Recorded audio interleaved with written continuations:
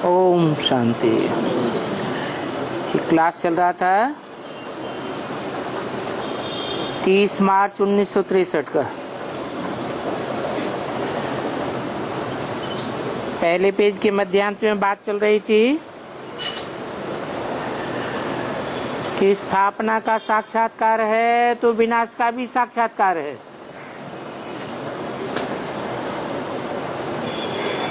तुमको हेवन का साक्षात्कार कौन कराते हैं? जरूर जो स्थापना करने वाला है वो हेवन का साक्षात्कार भी कराते हैं, क्योंकि परमात्मा ही तो नई दुनिया रचेंगी ना। वहां हेवन में गॉड गॉडेस का राज्य था और वो मनुष्य सृष्टि भी जरूर वृद्धि को पाती है।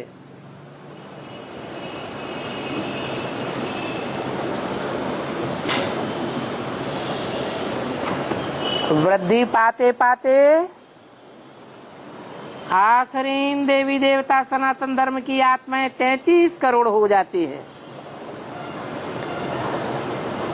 और हर धर्म की आत्माएं अंत तक आती रहती है। ऐसी नहीं कि देवता वर्ण की आत्माएं त्रेता के अंत तक ही आती हैं, बाद में नहीं आती हैं।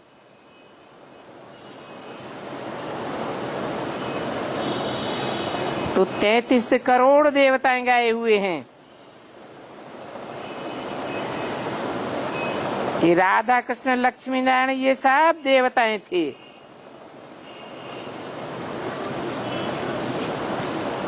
परंतु वो देवताएं अब नहीं हैं।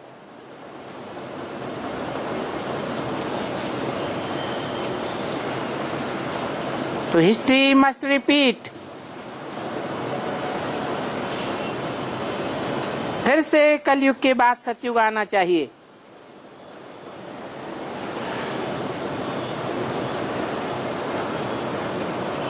ये बातें जब तो सुनाओ तो उनको रिकलेक्ट हो करके याद पड़े कि बरोबर आदि सनातन देवी देवता धर्म था।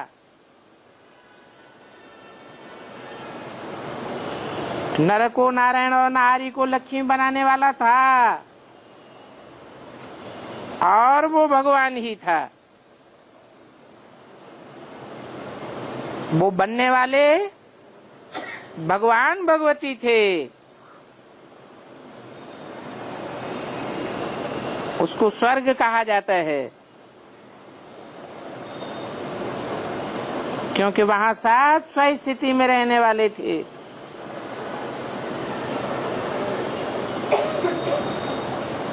अभी वो स्व स्थिति में रहने वाले नहीं है,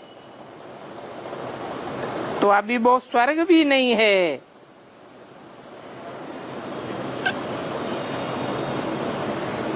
क्योंकि सतो प्रधान दुनिया तमो प्रधान भी बनेगी ना। सतो प्रधान होते हैं तो स्व स्थिति में होते हैं और तमो प्रधान बनते हैं तो देह की स्थिति में आ जाते हैं। अभी तुम जान गए हो इन स्व स्थिति और परिस्थिति की बातों को समझाने में भी मजा आता है।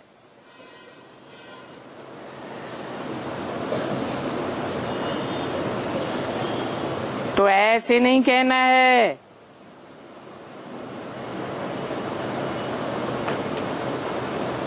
कि भारत 5000 वर्ष पहले स्वर्ग था।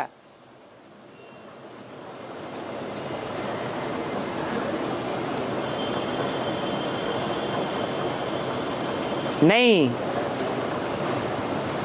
5000 वर्ष के अंदर स्वर्ग और नरक दोनों होता है।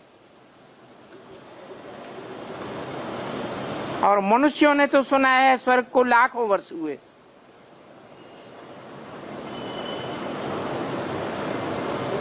अभी तुम तो बताते हो कि सिर्फ 5000 वर्ष हुए जब देवताओं का राज्य शुरू हुआ था, और सभी धर्म तो बाद में आए हैं। तो ये सारी बातें रिकलेक्ट करनी पड़े। जैसे कोई बाबा से जीवन कहानी पूछते हैं तो बाबा की जीवन कहानी की बातें रिकलेक्ट करनी पड़ती हैं।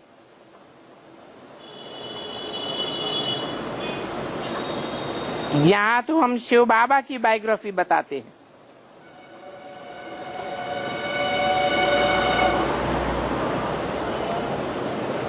वो तो आसुरी मनुष्यों की बायोग्राफी लिखते हैं।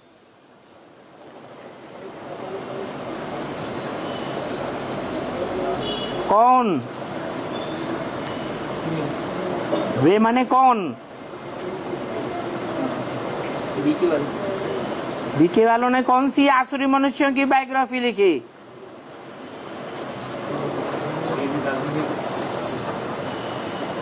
ब्रह्मा बाबा की जीवन कहानी लिखी ना,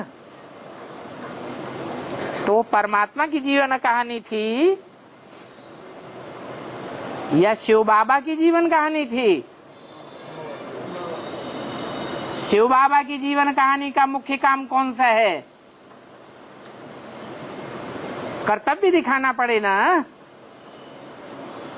शिव बाबा की जीवन कहानी का मुख्य अंश वो है जो और कोई धर्म पिताओं का नहीं है।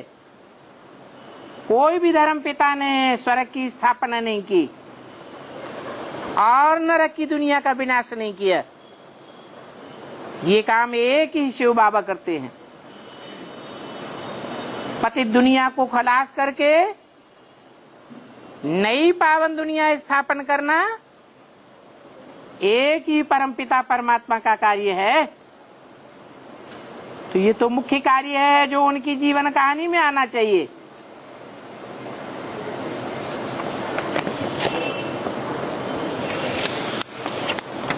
ये है दैवी संप्रदाय की जीवन कहानी जो गाई जाती है।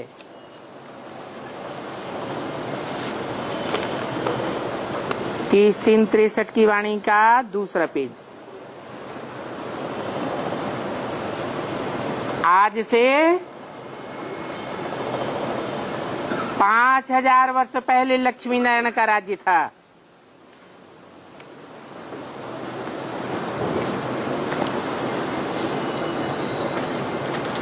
पांच 5000 वर्ष पहले था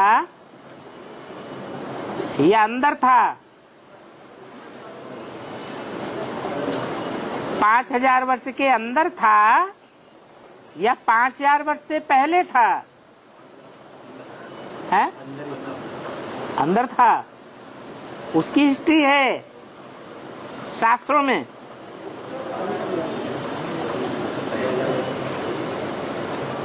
जब तिथि तारीख बताई जाती है तो हिस्ट्री बताई जाती है।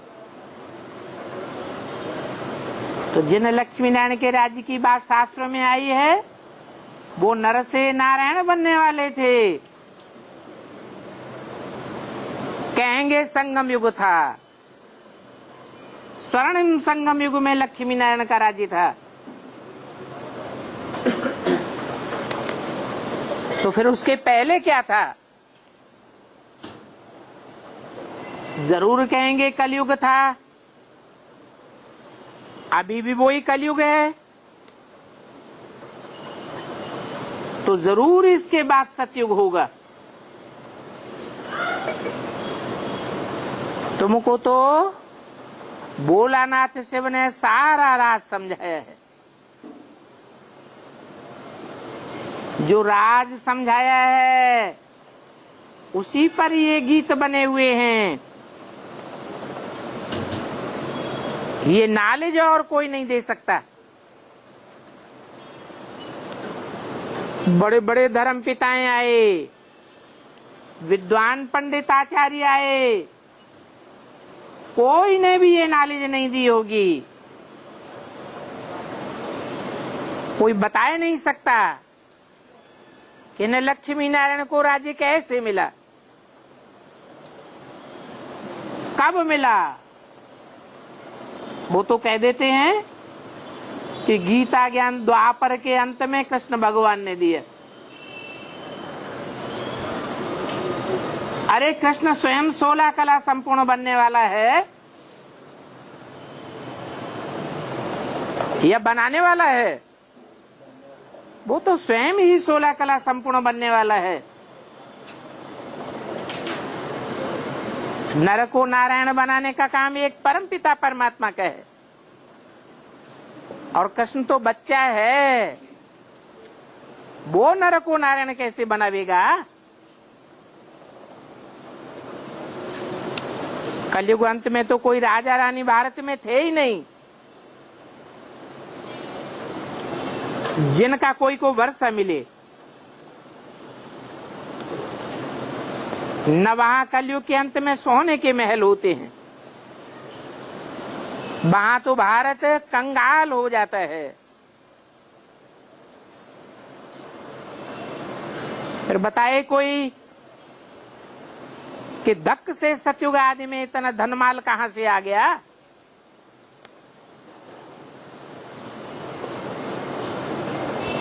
जो सोने के महल बन गए। इसको जादू का खेल कहेंगे।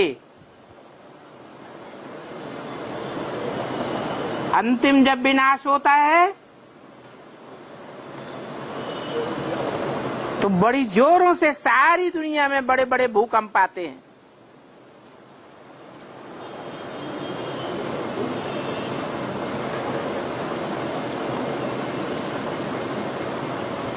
ये पत्थर के पहाड़ नीचे चले जाएंगे और सोने की खानियां ऊपर आ जाएंगी। सारी दुनिया में समंदर ही समंदर हो जाएगा। भारत में ही किनारा होगा।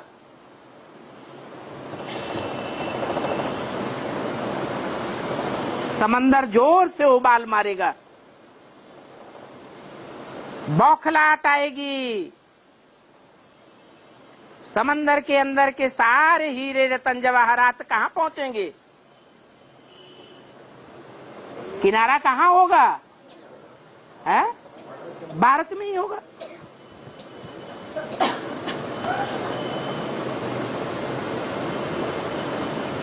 तो शास्त्रों में इसको जादू का खेल कह दिया है। बरोबर बाबा जादूगर है, जो पति दुनिया को पावन कंगाल को एक ही जन्म में सरताज बनाई देते हैं।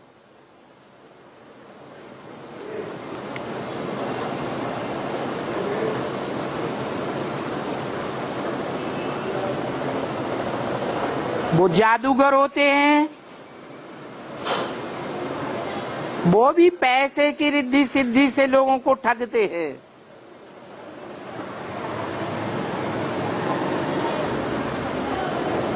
लोहा से सोना बनाई देते हैं।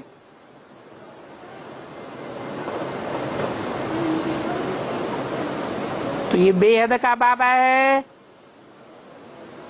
जो फिर सारे भारत को कंगाल मोहताज से एकदम वैकुंठ बनाई देते हैं। ये है ईश्वरीय रिद्धि सिद्धि,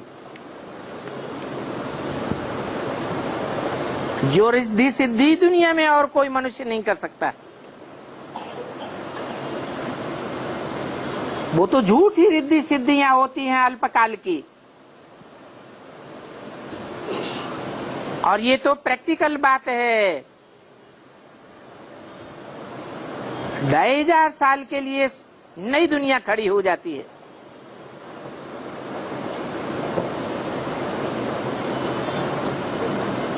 बच्चे साक्षात्कार से भी देखते हैं।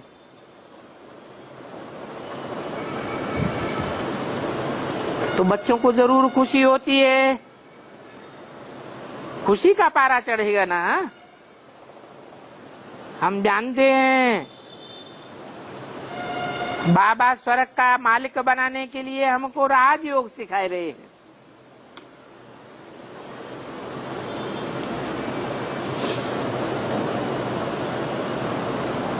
माया पर जीत पाने का ये जादू है।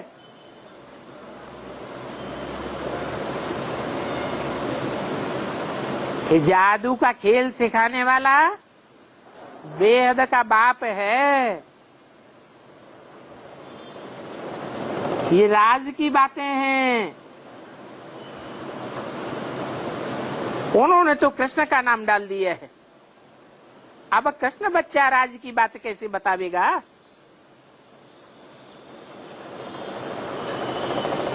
भक्ति मार्ग में तो राजाई के लिए योग नहीं सीखा जाता है। वहां तो राजाई प्राप्त करने के लिए दान पुण्य करते हैं। यहाँ तो बाबा राजयोग सिखाते हैं।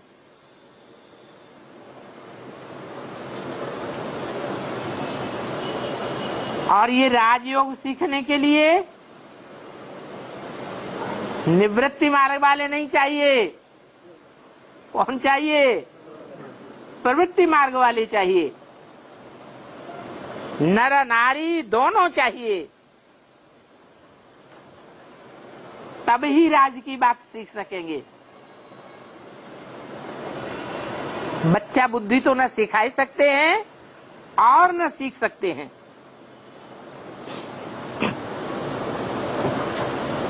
उन्होंने तो कृष्ण उर्फ ब्रह्मा को ही राजयोग सिखाने वाला भगवान साकार में मान लिया है। ये सब झूठी बातें हैं। राजयोग से तो नर से नारायण बने हैं। अरे नर से कोई नारायण बना क्या? अगर नर से नारायण बना होता तो ब्रह्मा का नाम दुनिया में बाला हो जाता, मंदिर बनाए जाते, पूजा होती, मूर्तियां बनती। परंतु ब्रह्मा की तो मूर्तियां नहीं बनती हैं। उनको तो बच्चा बुद्धि कहेंगे। ब्रह्मा से ज्यादा बुद्धि तो मम्मा की चलती थी। तो ये राजयोग नर और नारी दोनों को सिखाया जाता है। ये प्रवृत्ति मार्ग का ज्ञान है। ये स्कूल ही ऐसा है। बाप राजाओं का राजा बनाने के लिए राजयोग सिखाए रहे हैं।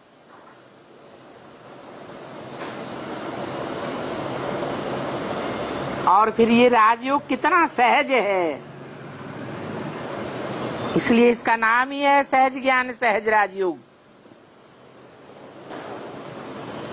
इतना सहज है कि अबलाएं कुब्जाएं भी बैठ पड़ती हैं। पुजारी पति से अब पावन बन रही हैं।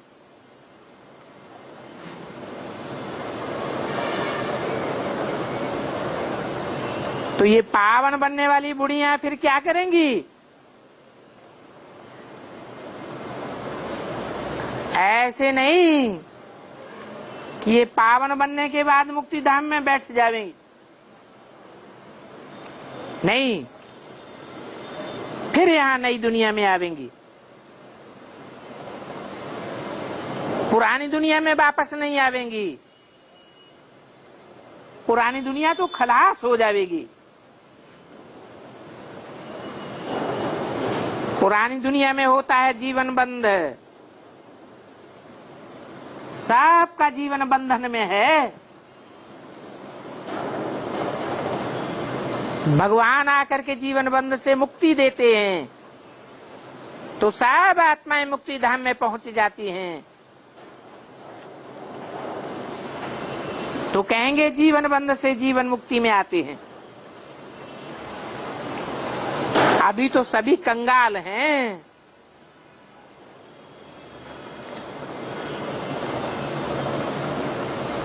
कंगाल हैं तो सोना भी कोई के पास नहीं रहने देते,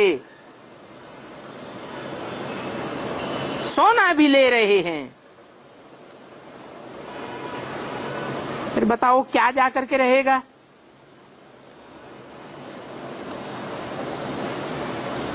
सोना चांदी हीरे जवाहरात देखने को नहीं मिलते। फिर तो जमीन रहेगी।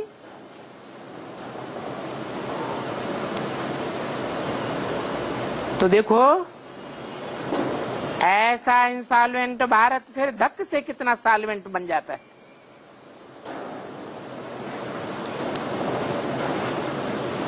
ये जमीन जो कलराठी होती जाती है,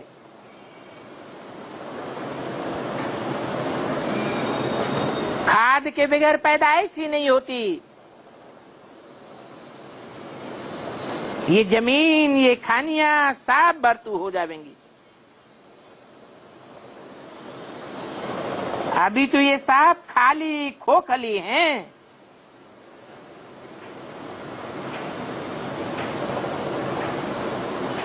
शास्त्रों में लिखा हुआ भी है कि सागर हीरे जवाहरात ले आया। हीरे जवाहरातों की थालियां भर भर करके ले आए। कहाँ की कहानी है? नहीं है। जब लंका पर चढ़ाई करने गए तो दिखाते हैं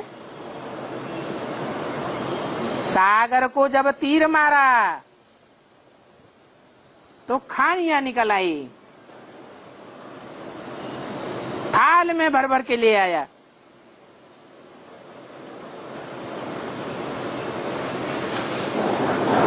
ये सागर से भी बहुत माल निकलेंगे।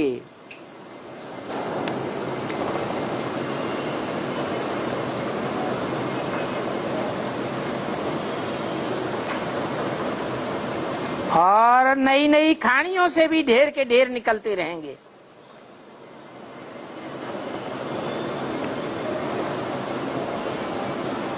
तो ये सब प्रकार का वर्षा बच्चों ने इस संगम युग पर ही शिव भोलानाथ से पाया है।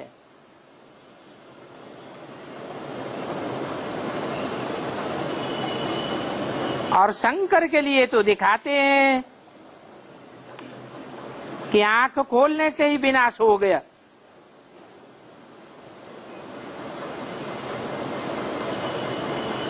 तो अच्छा हुआ या बुरा हुआ? है? अच्छा हुआ तो जल्दी से आंख खोल दी जाए।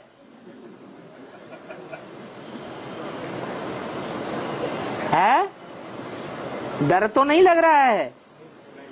नहीं है? याद रखना,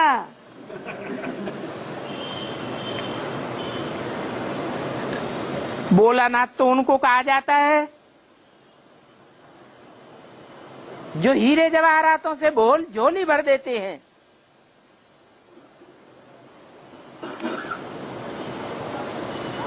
विनाश करे उसको भोलानाथ थोड़ा ही कहा जाता है। कहते भी हैं शिव शंकर भोले भाले। किसका नाम पहले लेते हैं? शिव का नाम पहले लेते हैं, फिर भोला नाम भी पहले लगाया हुआ है। तो कौन भोला हुआ? शिव ही तो भोला हुआ। शंकर का तो नाम भी बाद में लेते हैं और उनका भोलापन तो नहीं दिखाया है। उनको तो कहते हैं भाले। तो विनाशकारी हुआ ना। वो कहां से झोली भरेंगे? वो तो सारी दुनिया की झोली खाली कर देते हैं। झोली कौन भरता है? झोली तो शिव बाबा भरते हैं। ज्ञान सागर हमारी झोली भरते हैं ज्ञान रत्नों से। तो ब्रह्मा कुमारियां क्या कहती हैं? है? है? है? इकट्ठे हैं शिव शंकर। पैसा पहले इकट्ठे दे दो, फिर माउंट आबू ले जाना। नहीं, इस संबंध में जो बात हो रही है कि ज्ञान सागर शिव भोलानाथ है, वो हमारी झोली भरते हैं, और शंकर तो सारी दुनिया की झोली खाली कर देते हैं, आंख खोली और विनाश कराए देते हैं।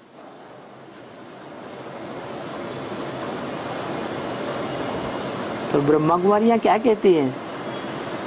उन्हें विनाश से डर लगता है या विनाश की बात सुनकर के खुशी होती है? उन्हें तो डर लगता है, अंदर अंदर से अविश्वास भरा पड़ा है कि विनाश होना ही नहीं है। अंडरग्राउंड कंक्रीट के महलमाड़ियां बनाते रहते हैं, कितना पैसा इकट्ठा करते हैं। अब झोली भरने वाला निराकार है या साकार? झोली भरने वाला तो निराकार है, शंकर निराकार है या उसकी मूर्तियां बनती हैं? उसकी तो मूर्तियां बनती हैं। मूर्ति साकार की यादगार है या निराकार की यादगार है? मूर्ति तो साकार की ही बनाई जाती है। शंकर तो आकारी दिखाते हैं। आकारी माने क्या? आकारी का मतलब है मनन चिंतन मंथन में जिसकी बुद्धि लगी रहे, साकारी दुनिया की बातों में जिसकी बुद्धि न जाए। देह में, देह के संबंधों में, देह के पदार्थों में अगर बुद्धि जाती है तो साकारी कहेंगे या आकारी कहेंगे? साकारी कहेंगे।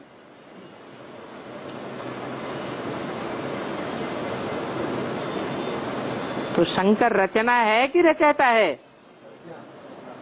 शंकर भी रचना है। तो महिमा सिर्फ एक निराकारी शिव बाबा की है। उनके लिए गाते भी हैं, ऊंचा तेरा नाम, ऊंचा तेरा काम, ऊंचा तेरा ठाव। बाबा कहते हैं मैं कालों का काल हूं। क्या? बड़े से बड़ा काल कौन है?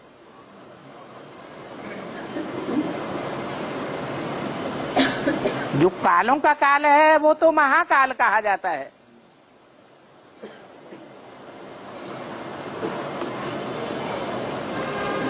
फिर आखिरी काल कौन है जिसके बाद कोई को काल नहीं खाएगा? अरे सबको नंबरवार काल खाता है या नहीं खाता है? तो आखिरी काल भी होगा ना। कौन है? है? अरे सबसे अंत में काल किसको खाएगा? है? शंकर को। शंकर को काल नहीं खाएगा, वो कभी मरता नहीं है, कभी जन्म भी नहीं लेता है। ये तो बेहद की बात है। जन्म मरण का चक्र मनुष्य आत्माओं को आता है। मनुष्य उनको कहा जाता है जो आदि से लेकर के अंत तक मनन चिंतन मंथन में ही रहते हैं।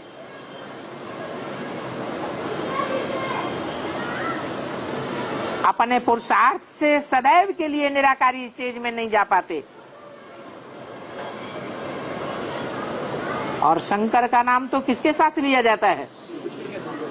शिव निराकार के साथ नाम जोड़ा हुआ है,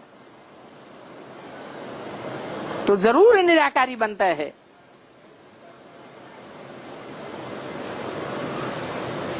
अभी तो मैं कहता हूं मैं गाइड बन करके आया हूं। शंकर कोई गाइड नहीं है।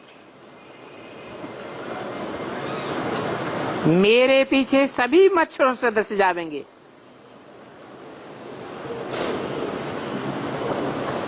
आरंभ में तो बहुत थोड़े होते हैं, फिर बाद में वृद्धि होती जाती है।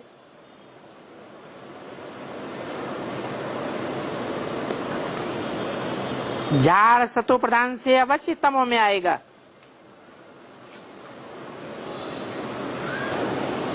तो फिर तमो प्रधान झाड़ का विनाश भी होना चाहिए। अभी फिर से चक्कर रिपीट हो रहा है, परंतु इस हूबहू रिपीटेशन के राज्य को, इस राज को अनन्य बच्चे ही समझ सकते हैं, नहीं तो संशय पैदा होता रहता है। ऐसा कैसे हो सकता? तो अनन्य बच्चे इस राज को जानते हैं और कोई तो जानते ही नहीं कि स्वर्ग में क्या था।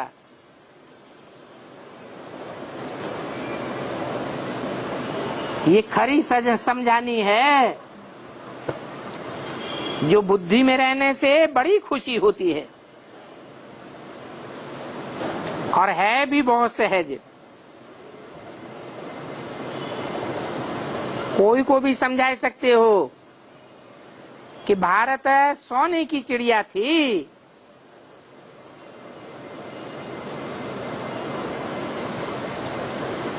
क्या मतलब है? सोने की चिड़िया का मतलब क्या है?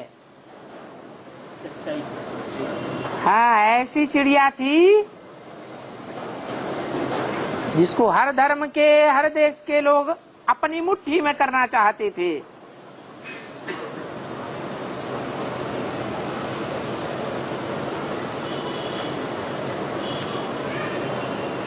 उन स्वर्गवासियों के चित्र भी रखे हुए हैं। वो चित्र कौन से युग के हैं? जो चित्र रखे हुए हैं स्वर्गवासियों के, वो कौन से युग के हैं? अरे हैं? संगम युग के चित्र हैं, संपूर्ण स्टेज के चित्र हैं। न सतयुग के हैं न कलयुग के हैं। पूछेंगे ये क्राइस्ट का चित्र कब का है, तो कोई भी झट बतावेंगे ये 2000 वर्ष पहले का है।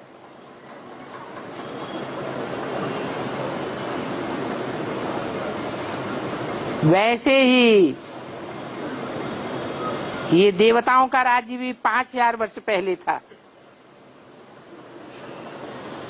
लक्ष्मी नारायण का राज्य अब नहीं है।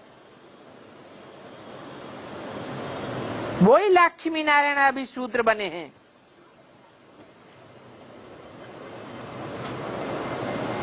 कब की बात हुई? शूद्र बने हैं। है? अभी कलयुग नहीं है? अभी है या नहीं? संगम युग है। तो संगम युग में ब्राह्मण होते हैं या शूद्र होते हैं? यहाँ तो कहा वही लक्ष्मी नारायण अभी शूद्र बने हैं। कब की बात हुई? 63 में ये वाणी चली। उस समय कोई ब्राह्मण थोड़े ही थे। शूद्र वंश में थे या ब्रह्मा द्वारा ब्राह्मण बन चुके थे? शूद्र वंश में थे। फिर अभी शूद्र से ब्राह्मण बन रहे हैं। टाइम चल रहा है। ये शूद्र से ब्राह्मण बनने का टाइम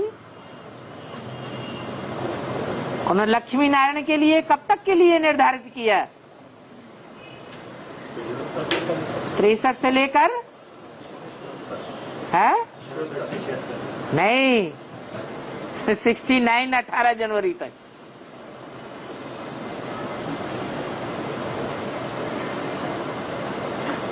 इस टाइम के अंदर अंदर उनको शूद्र से क्या बन जाना है?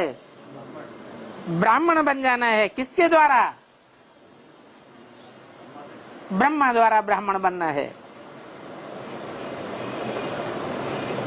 और पहला ब्राह्मण कहें या बाद वाला ब्राह्मण कहें, पहला ब्राह्मण कहें,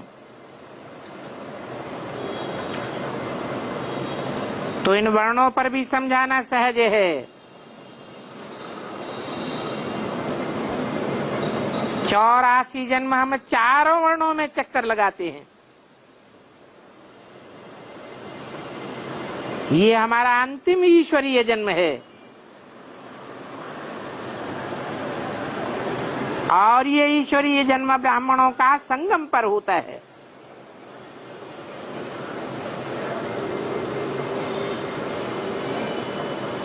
कब तक?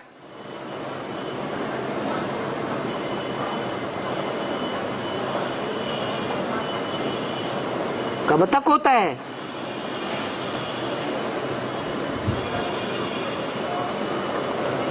फिर ब्राह्मण से क्या बनते हैं? देवता बनते हैं। तो कोई टाइम निर्धारित होगा कि देवता वर्ण में कब तक जन्म लेते हैं।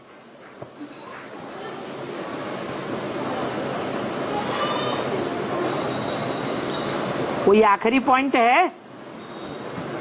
अच्छा, आखिरी नहीं तो शुरुआत का पॉइंट है?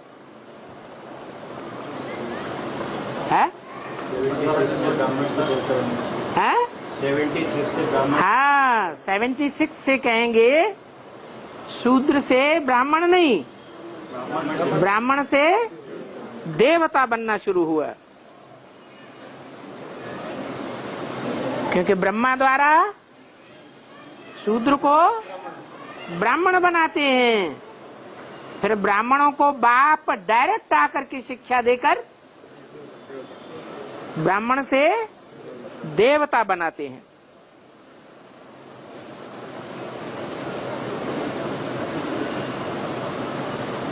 डॉक्टर से डॉक्टर बनाया जाता है, इंजीनियर से इंजीनियर बनाया जाता है। तो देवता बनाने के लिए कौन चाहिए? जरूर देवता ही चाहिए। जो बड़े में बड़ा देवता है उसको महादेव कहा जाता है।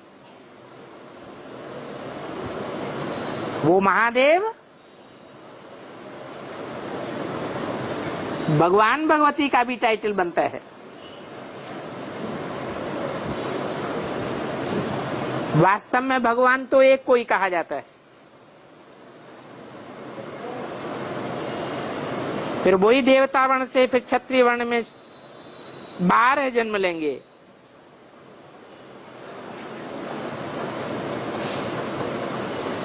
क्यों? देवता वर्ण वाले 13 जन्म नहीं लेते हैं कोई है? कौन? फर्स्ट ग्रेड वाले देवता 13 जन्म लेते हैं या सेकंड ग्रेड वाले देवता 13 जन्म लेते हैं? सेकंड ग्रेड वाले देवता जो डायरेक्ट नर से नारायण बनने वाले नहीं हैं, वो 13 जन्म त्रेता में लेते हैं। इसलिए उसका नाम भी क्या पड़ा है? त्रेता युग। क्योंकि पुनर्जन्म लेते लेते वर्ण बदलते जाते हैं।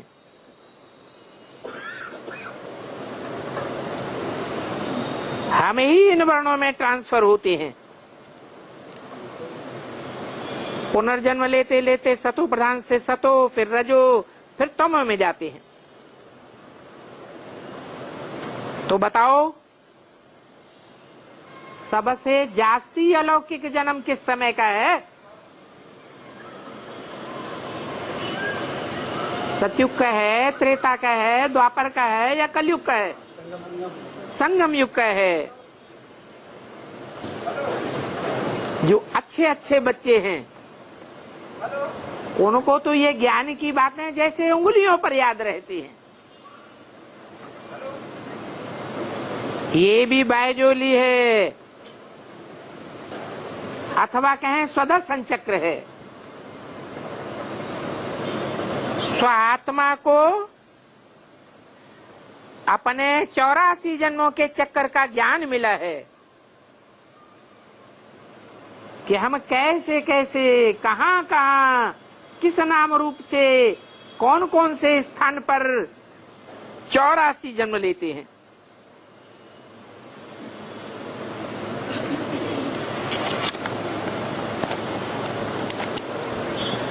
विराट रूप के भी 84 जन्म के चित्र मिलते हैं।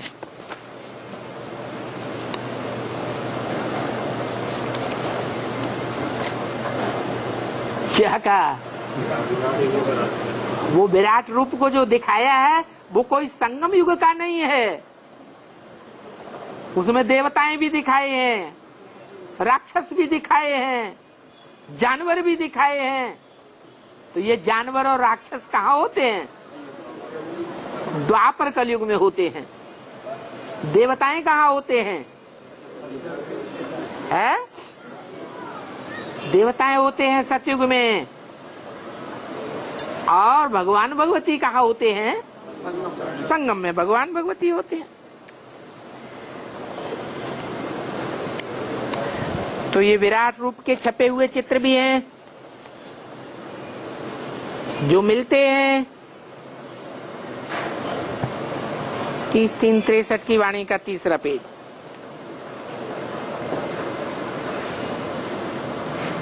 तो उन विराट रूप के चित्रों पर भी समझा सकते हो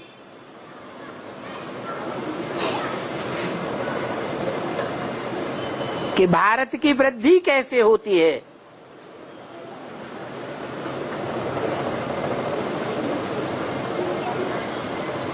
भारत वर्णों में कैसे आते हैं।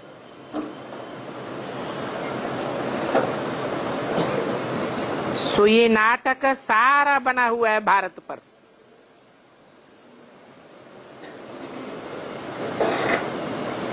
इसलिए मुरली में बोला है ये रामायण की कहानी सारी भारत पर है, परंतु समझाने का खेर चाहिए।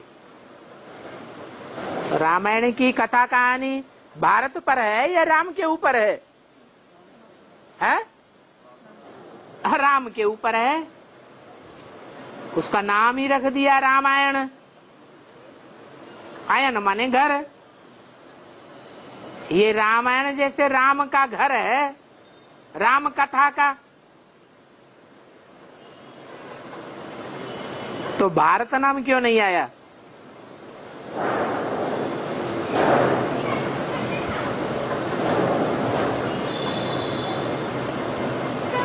क्योंकि राम को कौन से युग में ले गए हैं?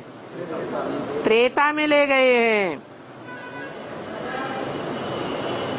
अब हर एक को अपना धर्म प्रिय है।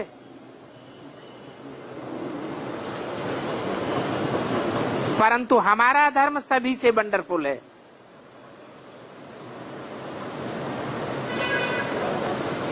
क्योंकि और धर्म वाले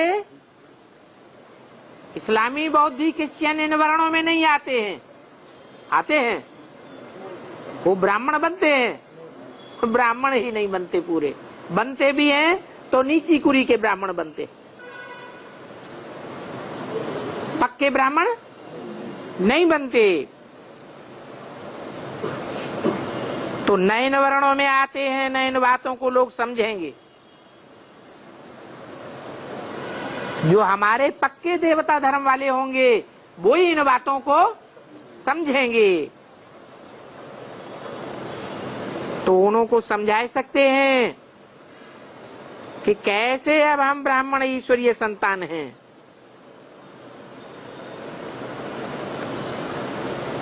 ईश्वर तो निराकार को कहा जाता है,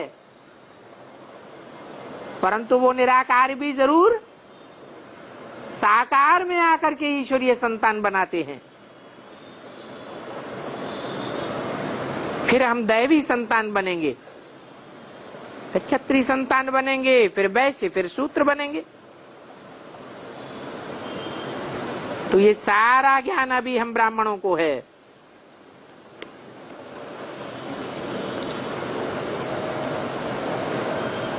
और जो पक्के ब्राह्मण होते हैं उन्हीं का ही तीसरा नेत्र खुलता है। जो ब्राह्मण बनते नहीं उनका तीसरा नेत्र ज्ञान का मनन चिंतन मंथन वाला खुलता भी नहीं। अभी तुम बच्चों के नंबरवार नेत्र खुलते जाते हैं। त्रिनेत्री के बच्चे क्या होंगे? त्रिनेत्री होंगे। जब हम शूद्र थे तो नहीं जानते थे, जब हम देवता बनेंगे तो भी हमको पता नहीं रहेगा।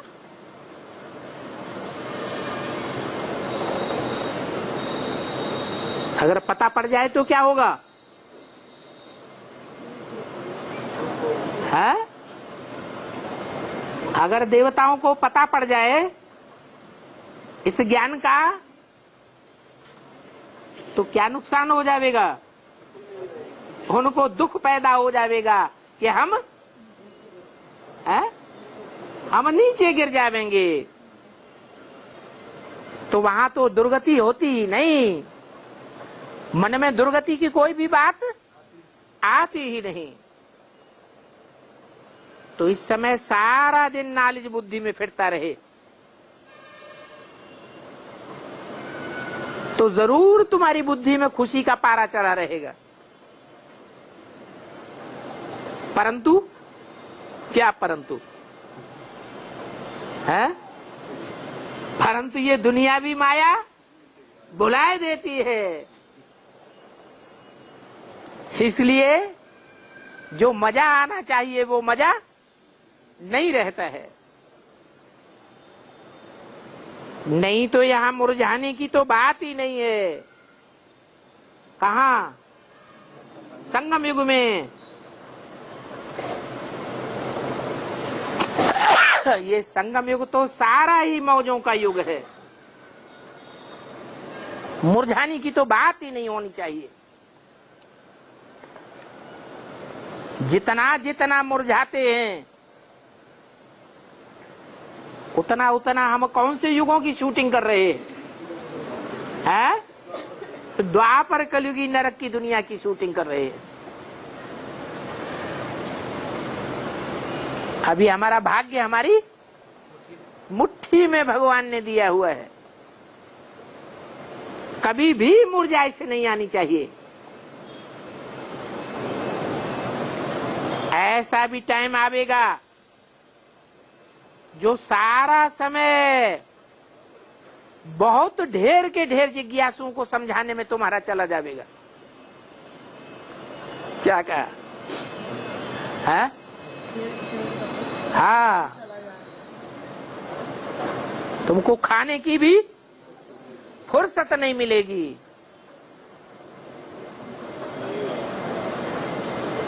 दान देते रहेंगे तो फिर खुशी का पारा ऑटोमेटिक तुम्हारा चढ़ता जाएगा।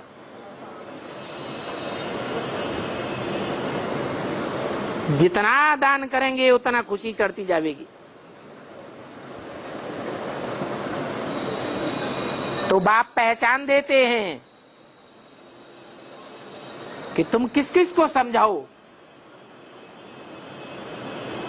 क्या? किस किस को समझाओ? है? वो तथाकथित ब्राह्मण तो बड़े बड़े आदमियों के पीछे पड़े रहते हैं। 20 बार उनके पास जाओ तो भी ध्यान से सुनते ही नहीं। जैसे कि उनको पहचान ही नहीं है किसको समझाना चाहिए, किसको नहीं समझाना चाहिए, किसको समझाना चाहिए। तुम्हारे कुल का होगा तो एक बार थोड़ा सा भी सुनेगा तो बुद्धि से चटक पड़ेगा।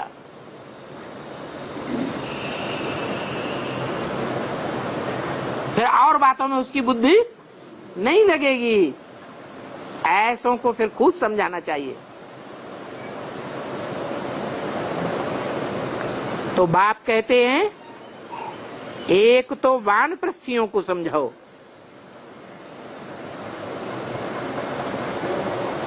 क्या? किसको समझाओ? वानप्रस्थियों को समझाओ। और दूसरा मंदिरों में जाओ।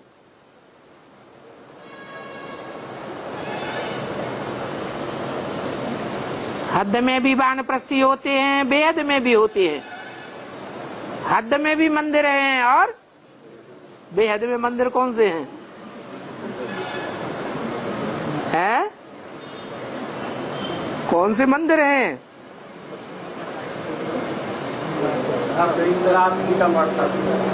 गीता पाठशालाएं भी मंदिर हैं और ये सतयुग में जो लक्ष्मी नारायण बनने वाले हैं वो भगवान भगवती हैं या देवी देवताएं होते हैं? वो देवी देवताएं हैं। उनके मंदिर कहाँ मिलेंगे? ब्राह्मणों की दुनिया में ही उनके मंदिर हैं बेहद के, या बाहर की दुनिया में है? कहाँ है? बेसिक में। तो एक तो वानप्रस्थियों को समझाओ और दूसरे किसको? मंदिरों में जाकर के समझाओ। ये लक्ष्मी नारायण का मंदिर बहुत फर्स्ट क्लास मंदिर है।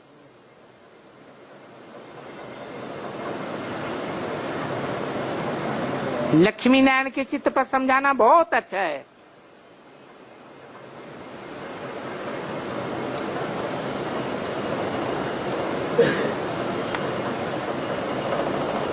उन पर लिखा हुआ भी है गॉड फादरली बर्थ राइट।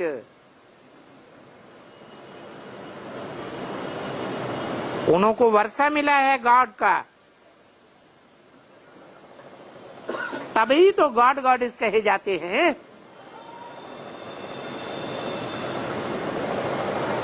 इससे साबित होता है कि गॉड फादर भगवान ही स्वर्ग की स्थापना करते हैं।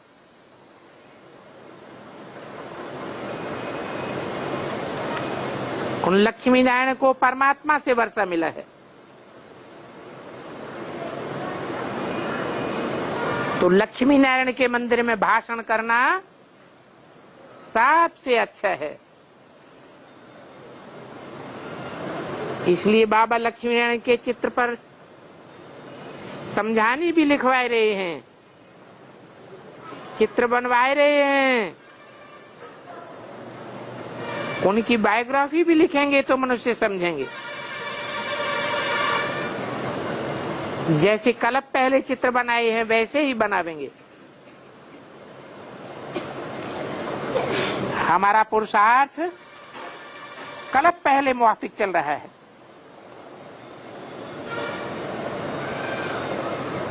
फिर भी कर्म तो हमें करना ही है।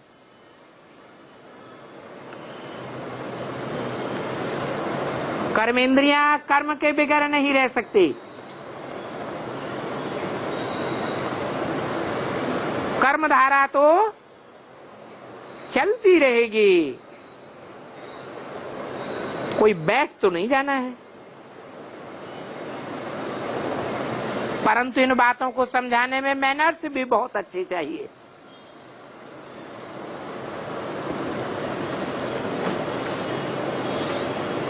बाबा मम्मा और जो अनन्य बच्चे हैं उन्हीं की प्रैक्टिस है।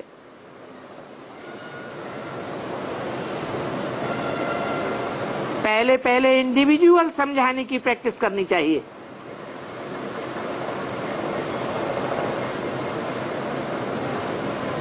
बाद में भाषण करना।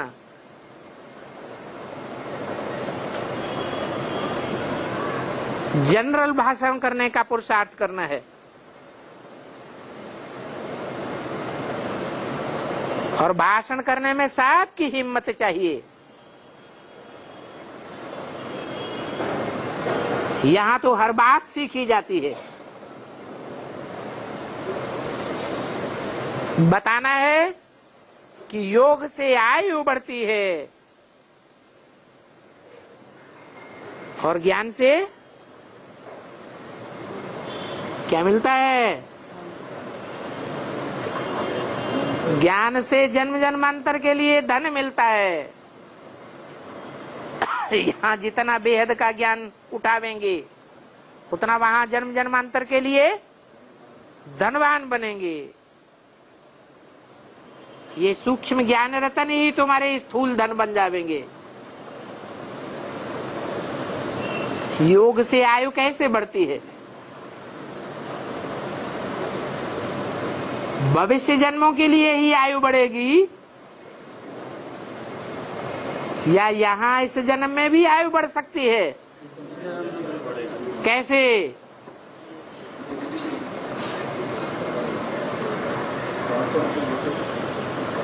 आत्मिक स्थिति एक ऐसी स्थिति है जिसमें कर्मेंद्रियों के किए हुए कर्म का कोई हिसाब किताब नहीं बनता है।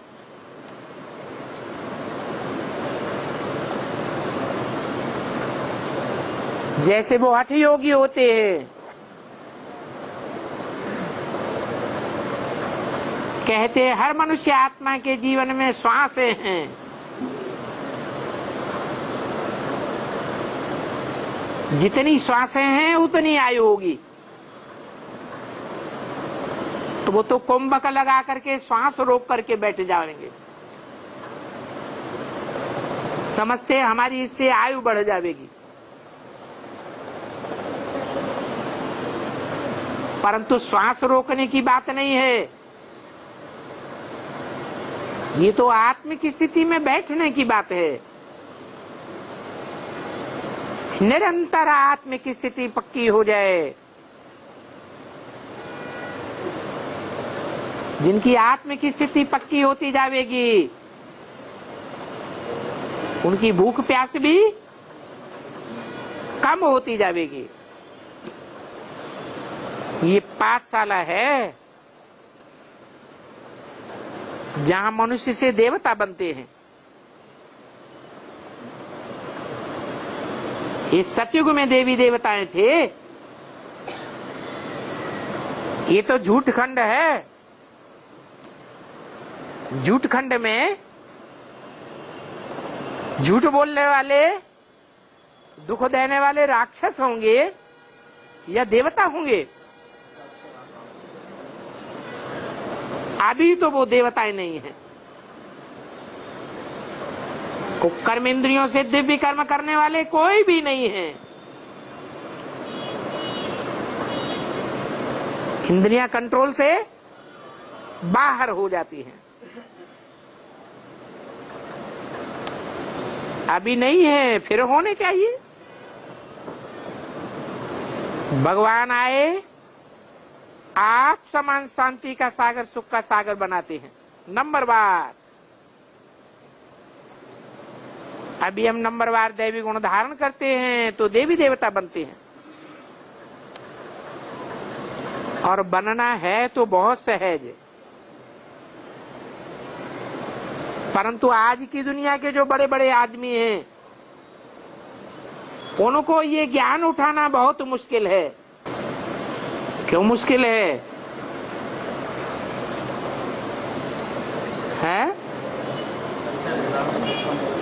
क्योंकि उनको दुनियावी मान मर्तबा बहुत चाहिए। तुमको तो ईश्वरीय मर्तबा पाना है।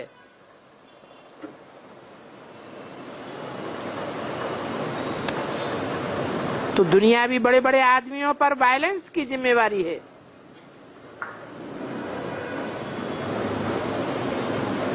रिस्पॉन्सिबिलिटी है, तो उसमें ही बिजी हो जाते हैं।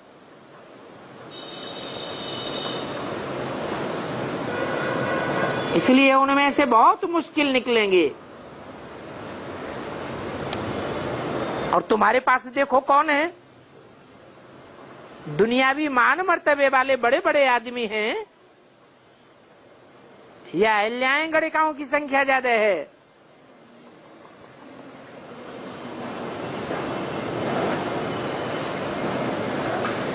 और खास तेरा नाम तब निकलेगा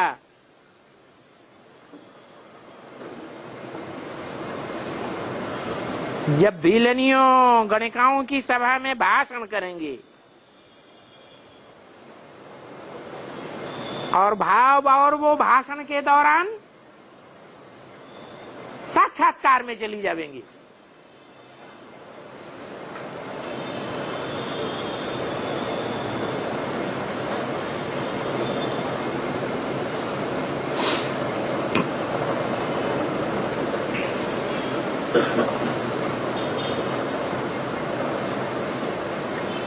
फिर बैठ सन्यासियों को ज्ञान देंगी।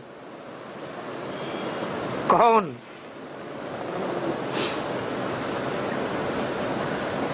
जब वो सन्यासियों को बैठ ज्ञान देंगी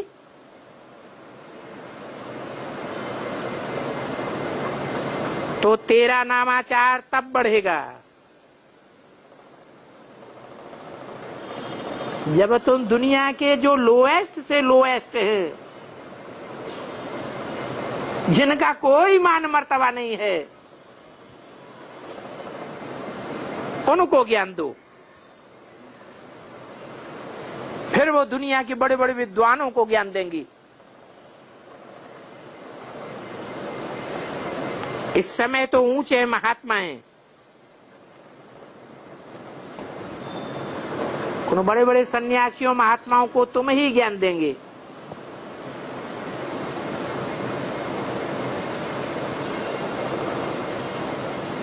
आगे चल करके इन सन्यासियों को तेरे आगे झुकना पड़ेगा।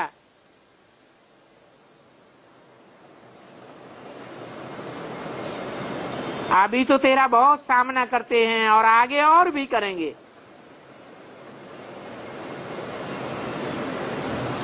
तुम्हारी तो शक्ति सेना है, फिर तेरा नाम बहुत बाला हो जाएगा।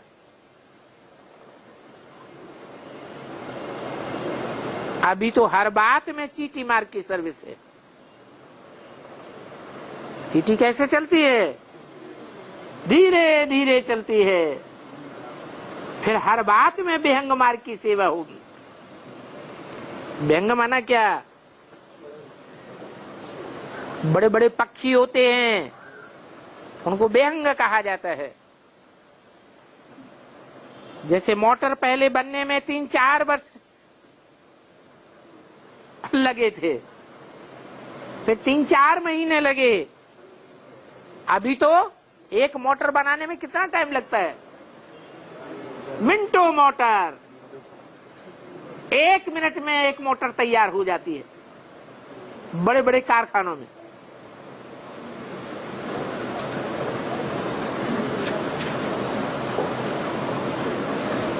मोटर आगे बढ़ती जाती है, एक एक पुर्जा लगाने वाले पुर्जा लगाते जाते हैं। आखिर में फिनिशिंग करने वाला आखिरी फिनिशिंग करेगा, 1 मिनट में एक मोटर निकालता जाएगा। अच्छा, बच्चों को गुड मॉर्निंग।